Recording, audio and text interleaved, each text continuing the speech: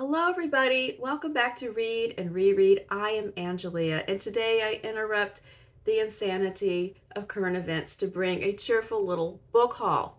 Now, cheerful with a tinge of guilt, because in June I did a book haul and I said, well, I won't be doing another book haul until the fall because I just have all these great books to read and I don't need to buy anything else. Well, that lasted for about an hour or something, and I bought some more books. I have my reasons. I'll get into it as I go, but this time for real. I have plenty of books to read, and the library is coming in with lots of new releases that I'm interested in. So I am on a book buying break. It starts now, and it goes till, I don't know, October maybe, because I have a couple of pre-orders coming in September, and other than that, I am stocked. I have a bevy of beauties on my cart. So let us enjoy this book haul and then speak no more of book hauls for a few months. All right, the first one is Sense and Sensibility by Jane Austen. I just finished this last night. I treated myself to this copy for Jane Austen July. I have a Jane Austen omnibus of the 6 major novels that I've had since the 90s that Stephen gave me way back when, and I have read it and read it and read it and used it, and it's been a great book, but it's getting old and yellowy, and so I have been gradually replacing that large book with these 6 separate cloth-bound classics. So I'm kind of about halfway through. I've been working on it for a couple of years, and just every now and then I treat myself to another one. I decided to get this in time for this year's reading. Sense and Sensibility was the first one. The next 2 books I'm going to call Blackouts Made Me Do It, because these are books adjacent to my reading of Blackouts that I did last month. So it wasn't something I pre-planned that I was going to buy these, but I was really influenced. And I really love it when a book sends you arrows that point you to further reading. And neither of these books are at my local library, so that's one of the reasons why I bought my own copies. But so one of them is We the Animals by Justin Torres. This is his first novel. It's very short, and it came out quite a ways back. Let me see. Okay, this is 2011, so there was a big gap between 2011 and 2023 when Blackouts came out, and I hope that he is not planning to leave that much space before his next book. Please don't pull the Donna Tartt on us, and I hope that the next one comes out sooner than, 12 years later? But anyway, this is a short, from what I hear, semi-autobiographical novel about a family with 3 young boys growing up, and here's a little bit of the description. 3 brothers tear their way through childhood, smashing tomatoes all over each other, building kites from trash, hiding out when their parents do battle, tiptoeing around the house as their mother sleeps off her graveyard shift. Paps and Ma are from Brooklyn. He's Puerto Rican, she's white, and their love is a serious, dangerous thing that makes and unmakes a family many times. This book did pop up on that New York Times top 100 list that has been making the rounds. Blackouts was not on it. I noticed a lot of books that are very recent are not on that, so I don't know when they sent out that survey, but this one was on it, and I have heard that it's good. It was also made into a movie. I don't know if I'll watch that or not, and it has some big name blurbs on the back. Dorothy Allison, Michael Cunningham, Paul Harding, Marilyn Robinson, and Tayari Jones. So I am looking forward to reading that soon, and it's a nice short one, so if I don't get to it before September, it'd be perfect for Shorty September. The other one from Blackouts is Kiss of the Spiderwoman, and I showed this in my July TBR. It might end up being more like August TBR. Michael Clark and I are going to buddy read this, and it's kind of maybe rolling into August just due to other reading things that we're doing. But Kiss of the Spiderwoman is about 2 men in a South American prison. And it was an influence for Torres when he was structuring Blackouts, and in the nature of how the whole book is conversation between 2 men in a small space. On the back it says, Sometimes they talk all night long. In the still darkness of their Buenos Aires prison cell, Molina reweaves the glittering and fragile stories of the films he loves, and the cynical Valentine listens. Valentine believes in the just cause that makes all suffering bearable. Molina believes in the magic of love that makes all else endurable. Though they seemingly share little other than a cell, the two form a bond so intimate and a relationship so profoundly affecting that only the other could understand. So I am excited to try this out. I love this edition that I found. It was kind of hard to find good condition secondhand copies of this book. The next one, I'm a little bit annoyed, and I'll explain why, but I went ahead and ordered the next book in the Tales of the City series that I am gradually reading. So I've read the first 4, and I didn't have to buy the 5th one right now, but I just kind of wanted it to be on deck so that when the mood hit, it was there. And so I went ahead, but let me show you something. So this series has come out in several different editions, and this is the one I have been buying that looks like this. It has these city pictures on it, and that is what I ordered.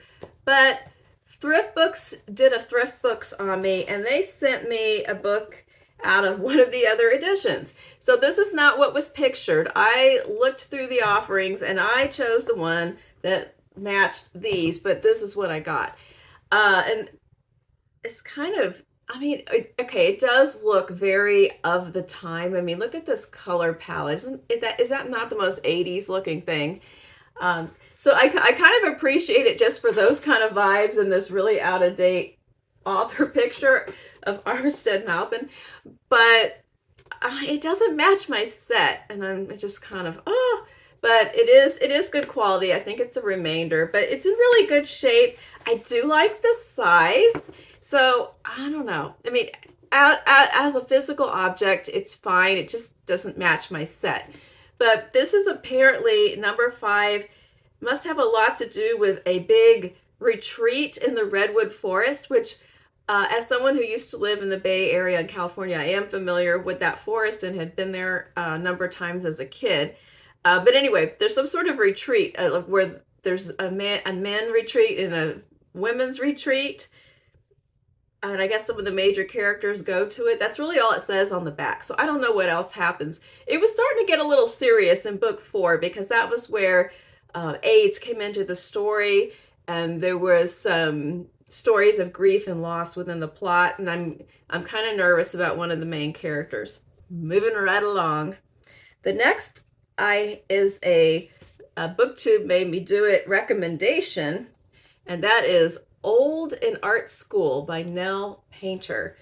It's very appropriate that her name is Painter, and it's about somebody going to art school. This was recommended by Sonia from Enthusiastic Reader, and she mentioned it a couple of different times. I think I saw when she reviewed it on her channel, and then she specifically recommended it to me. I can't remember the context or what I was reading that sparked her to suggest this book to me. But I've had it on my list looking for a good copy of it, and then something came up. So I went ahead and got it. I'm not going to read it right away. It might be for Nonfiction November. I heard a rumor that there was some kind of art themed event in September, but I don't know the details of it. So maybe it fits that too. I haven't heard what exactly that event is, but we'll, stand by until it is announced. But anyway, this is about a professor from Princeton University, Nell Painter. She was a art historian, or she is an art historian, and in her 60s, she retired from that job and she went to art school and earned a BFA and MFA in painting. And so she left New Jersey and she went to Rhode Island School of Design and became a student. And it is about her experiences being an older Black woman back in school, back in art school. This is some of what it touches on. How are women and artists seen and judged by their age, looks, and race? What does it mean when someone says you will never be an artist? What defines what an artist is and all that goes with such an identity? And how are these ideas tied to our shared conceptions of beauty, value, and difference? And the book is really heavy, and I think I was investigating. It has these really nice, thick, smooth pages. Page quality is a thing. I mean, you don't always get it, but when you do it, it's really nice. And there's also there's color plates. There's art that she made and also art that she is viewing interspersed here and there. So I think that's one reason for the nice quality paper, is to make the reproductions look good. I trust in Sonia's recommendations, and I think I'm really going to enjoy this memoir. The next two books I bought at Book People, which is my favorite independent bookstore. It is in Austen, Texas, and it was unplanned that we were going to Book People. I know that sounds suspicious, but it's true. And here's what happened. We were on our way home from our recent time that was spent in North Texas, and during that time, Stephen's birthday had occurred, and one of the things he received was an REI gift card. There's an REI in Austen. There is not one in Corpus Christi. So we decided to stop because Austen is about halfway on a road trip from North Texas to Corpus Christi. We decided to stop and go to REI, and REI is in the same shopping center as Book People. It's not my fault. What else could I do? So I went to Book People and he went to REI. And when in my favorite independent bookstore, I feel obligated to support them with a purchase. So it had to be. So I selected two books that I have had on my TBR and that my library does not carry, and that I'm really excited about reading in the upcoming weeks. The first one is one that I've heard a lot about on BookTube, and it is Forbidden Notebook by Alba de Cespedes, I hope. And the translator is Anne Goldstein, and I believe this is translated from Italian. There is a foreword by Jumpa Lahiri in this edition, and I believe that this book was written in the 50s. I didn't really pre-examine to get ready for this talk, but I'll probably read the foreword after the book just in case it has spoilers. But I did look at it enough, or heard enough reviews to know that it is, the loud air conditioner is coming on. I'd read enough to know that it is a book that was originally published in serial form over a number of months and in the format of a woman's secret diary, a woman who's unhappy with her life. And she begins to keep this diary. It is post-World War II. Let's see. She lives in Rome. She has an illegal notebook because of the paper shortage. And it says this new secret activity leads Valeria to scrutinize herself and her life more closely. And she soon realizes that her individuality is being stifled by her devotion and sense of duty toward her husband, daughter, and son. As society and the world at large undergo radical changes, the conflicts between parents and children, husband and wife, friends and lovers intensifies. Okay, so it sounds kind of intense. She's writing in this furtive notebook and examining the fabric of her life. And I've heard really rave reviews about this, and I just think it's also really beautiful. This bookstore has a nice translated fiction section, and whenever I browse that section, I always find something really intriguing and wonderful. Okay, I'm back. All the books slipped and the wastebasket caught them. But I have the other book that I got at Book People is the Safekeep. And I did there was a little spoiler because I showed this in a tag video just recently about the most beautiful book that you've acquired. And I mean, I'm just going to get as close as I can because you have to see, just the drop of water on the pears. The Safekeep is a novel by Yael van der Wouden, and it is an historical fiction book. It says an exquisitely tense tale of desire, suspicion, and possession. And every review I've seen of this book really lured me in, and it sounds like a book that starts out seeming pretty mundane, and then all of a sudden some things start to click into place or shift, and I don't know. Everyone mentions it kind of sort of a perspective shift or a surprise or something happening partway through, sort of that where you go, oh, and so I'm expecting that to happen. Uh, it starts in 1961. It's Dutch. Let's see. There's a woman named Isabel who lives alone in her late mother's country house, and it is all upended when her brother Louis delivers his graceless new girlfriend Ava at Isabel's doorstep as a guest there to stay for the season.